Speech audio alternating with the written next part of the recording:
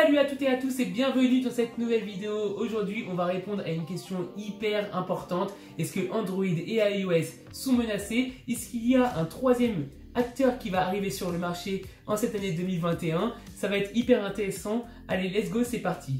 Quel est ce troisième acteur? Eh bien, on parle de Huawei qui a sorti Harmony OS cette année. Est-ce que c'est une menace pour Android et iOS? Pourquoi Huawei a créé Harmony OS? Est-ce qu'il a une chance de se faire une place à côté d'Android et iOS? Et comment on développe des applications sur Harmony OS? On va répondre à tout ça dans cette vidéo. Tout d'abord, l'histoire commence en début 2012 où, avec l'embargo américain, Huawei est menacé de ne plus travailler avec les sociétés américaines. Et oui, Huawei est suspecté d'espionnage industriel sur le sol américain. Du coup, la sentence est tombée, ils n'auront plus le droit d'utiliser les produits américains, c'est-à-dire Android, iOS, Windows, etc. Donc une grosse menace puisque tous les smartphones Huawei sont sous Android. Du coup, pour survivre, ils vont être obligés de construire Harmony OS. C'est un operating system, un système d'exploitation qui va permettre de remplacer tout simplement Android sur leur smartphone et sur tous leurs objets connectés. Le challenge est là puisqu'ils n'ont plus le droit d'utiliser tous les produits Google, donc Android bien entendu, mais aussi, faut pas l'oublier, le Play Store, Gmail, YouTube, etc. Tous les produits, Google Maps, etc. Ils n'ont plus le droit d'utiliser, ils vont devoir tout recréer de zéro. Et c'est pour ça que depuis 2012, ils sont dessus, de base, pour pouvoir créer un operating system pour des objets connectés, mais maintenant, c'est vraiment pour leur smartphone. Bien entendu, il y a beaucoup de concurrence là-dedans qui ont échoué. On peut citer Microsoft, Samsung avec Tizen OS ou bien BlackBerry OS qui ont tous les trois échoué. Alors pourquoi Huawei pourrait fonctionner cette fois-ci avec Harmony OS? Eh bien les trois que je viens de citer ont un point en commun, c'est qu'ils ont sorti juste un operating system pour smartphone. Sauf que Harmony OS, lui, ne va pas se baser sur un operating system pour smartphone, mais vraiment pour tout objet connecté. Donc smartphone, montre et bien d'autres bien entendu. Donc voilà, ils vont créer vraiment tout un écosystème avec Harmony OS et c'est là où ils vont avoir une chance de s'en sortir. Mais pas que. N'oublions pas que l'embargo américain, c'est pas que pour Huawei, c'est aussi pour énormément de marques qui vont se rallier à Huawei, bien entendu, et qui vont soutenir Huawei. C'est déjà le cas pour énormément de marques, il y a plus de 40 sociétés ont rejoint Huawei, et donc du coup ça commence à être quelque chose d'assez solide. Et n'oublions pas qu'on parle de Huawei et pas une petite entreprise, c'est quand même assez gros. Pour ceux qui nous rejoignent sur cette chaîne, je suis David Silvera, développeur d'applications mobiles depuis plus de 10 ans. J'essaie de transmettre un maximum de choses sur cette chaîne, des news, comment développer une application mobile, et plein d'autres choses bien entendu, avec beaucoup de divertissement. N'hésitez pas à vous abonner et à activer la cloche, c'est juste en dessous le petit bouton rouge. Allez, on continue. Comment est construit Harmony OS? Il est basé sur Android Open Source, donc la base Android. Ils ont construit tout un système autour et il se veut beaucoup plus léger qu'Android OS en lui-même. Voilà, ils veulent faire quelque chose de beaucoup plus performant qu'Android OS. Pour les applications sur Harmony OS, eh bien, ils nous promettent de pouvoir avoir quelque chose de compatible avec les applications Android. En revanche, il n'y a pas de Play Store. À la place, on va avoir une App Gallery, c'est le store de Harmony OS, et on va avoir un moteur de recherche qui s'appelle Petal Search, et avec ceci on va pouvoir chercher des applications Android tierces. Voilà, donc on va pouvoir installer des applications Android, mais surtout on va avoir une app galerie propre à Harmony OS. Il y a aujourd'hui beaucoup de smartphones qui sont compatibles avec Harmony OS, mais surtout des smartphones qui sont déjà sur Harmony OS. Bien entendu, regardez, je vous montre la petite liste. Les Huawei Mate 40, ceux-là ils sont sortis sur Huawei 2.0 et surtout les P40 qui viennent juste de sortir.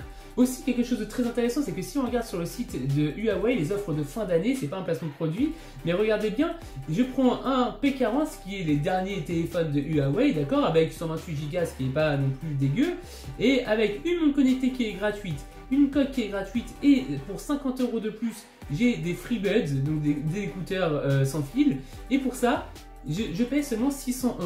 Alors seulement, bon c'est une somme, mais par rapport à un smartphone Android, Samsung ou un iPhone, c'est vraiment rien du tout. Et vous avez la dernière génération des P40, donc j'ai l'impression quand même que Huawei brade leur prix pour qu'un maximum de personnes achètent leurs produits. Il ne faut pas oublier que là, le Huawei P40, comme je viens de le dire, n'est pas sur Android, mais sur Harmony 2.0. Donc du coup, déjà, on n'a plus du tout l'écosystème Android, on est directement sur l'écosystème Huawei, Harmony.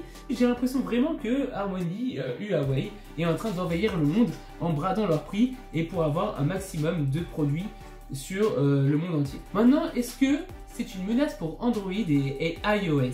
La question est légitime puisque comme on l'a dit, ça commence à devenir quelque chose de très sérieux Huawei. Donc du coup, est-ce que Android et iOS ont du souci à se faire? Il ne faut pas oublier une généralité très importante. Quand une personne a adopté un écosystème, c'est-à-dire Apple ou Android aujourd'hui, eh ben, il reste sur cet écosystème la majorité du temps. C'est très rare que quelqu'un soit sur Apple, aille sur Android et inversement. C'est assez rare. On va pouvoir dire que Apple est entre guillemets en sécurité. En revanche, Android, comme on l'a dit, Huawei se base quand même sur Android et ils ont quand même des smartphones qui sont plutôt performants. Donc, qu'est-ce qui empêche quelqu'un qui est sur Android d'aller sur Huawei? Déjà oui, et effectivement, tous les produits Google, c'est bien dommage, mais moi qui aime bien YouTube, par exemple, je vais avoir du mal à aller sur Huawei si je ne peux pas trouver YouTube. Même si Bilibili est sur Huawei et qui a des millions et des millions d'utilisateurs dessus, donc c'est concurrent de YouTube bien entendu, voilà, Huawei va quand même avoir du mal sans les produits Google. Mais ils vont pallier à ça, j'en suis certain. Il ne faut pas oublier non plus qu'on parle de Google. Google qui est vraiment le mastodonte du monde entier aujourd'hui, qui vraiment prend une grosse partie du marché. Donc ils vont bien entendu pas se laisser faire et ils ne vont pas laisser Huawei prendre leur part de marché. Donc ça va être très intéressant cette année de voir comment Google va se défendre et comment Huawei va essayer de grappiller une part de marché de Google. Et peut-être de iOS, on va voir, tout est possible cette année, il faut vraiment suivre l'actualité. Et d'ailleurs, je pense que ce ne sera pas la dernière vidéo qu'on fera sur ce sujet-là, puisqu'il va y avoir énormément de choses à voir cette année par rapport à ce nouveau concurrent qui est Huawei. Du coup, est-ce que Android et iOS sont menacés? Android peut-être un petit peu, mais ils ne se laisseront pas faire, donc on verra bien ce qui va se passer cette année. Maintenant, regardons comment on code une application sur HarmonyOS. Tout d'abord, la promesse de Huawei, c'est de pouvoir migrer une application Android en seulement 2 jours. Donc c'est 2 jours, mais on va voir pourquoi ils promettent ceci. Allons directement sur le Mac, je vais vous montrer le site du développeur HarmonyOS. Tout d'abord, ils ont déjà un IDE, Dev Eco Studio, donc du coup qui permettront de créer tout simplement des applications sur Huawei avec HarmonyOS. Très bien, donc ça c'est plutôt intéressant, ce serait intéressant même de faire des tutos là-dessus sur ma chaîne, on verra ça par la suite. Regardons maintenant comment est structuré un projet sous Harmony. Regardez bien, vous allez voir que pour les développeurs Android, vous n'allez pas être complètement largué. Parce que ça ressemble énormément à une application Android au final. Tout d'abord, regardez le schéma d'une application. Vous avez une entrée, c'est-à-dire par exemple une activité principale sous Android, mais la vue principale, d'accord? Et vous avez plusieurs features. Et vous avez quelque chose qui s'appelle pack.info juste en dessous. Regardons bien ce que c'est exactement. Ability, regardez, c'est chaque entrée a une ability ou plusieurs. Ability, tout simplement, ça va correspondre à une vue. C'est une activité sous Android. D'accord? Ici, vous allez pouvoir rajouter des librairies. Donc ça, il n'y a aucun souci là-dessus, hein, déjà. Il faut savoir aussi que c'est codé avec du Java et de l'XML. Donc rien de nouveau pour Android.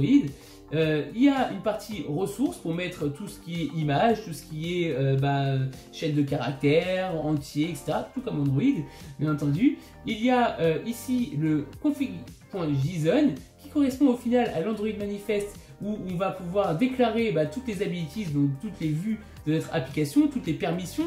Donc vraiment exactement la même chose que l'Android Manifest. Il faut savoir aussi que ça utilise Gradle pour pouvoir ajouter des libres de tierces. Comment sont structurées les ressources? Vous allez voir, ça ressemble vraiment à Android.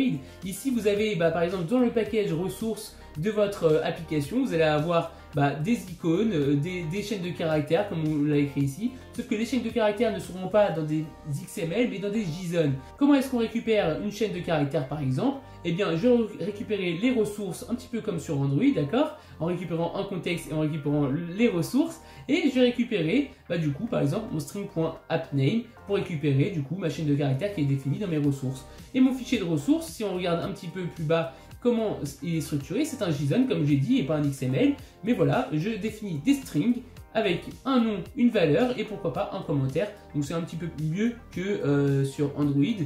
Mais voilà, ça ressemble énormément de toute façon.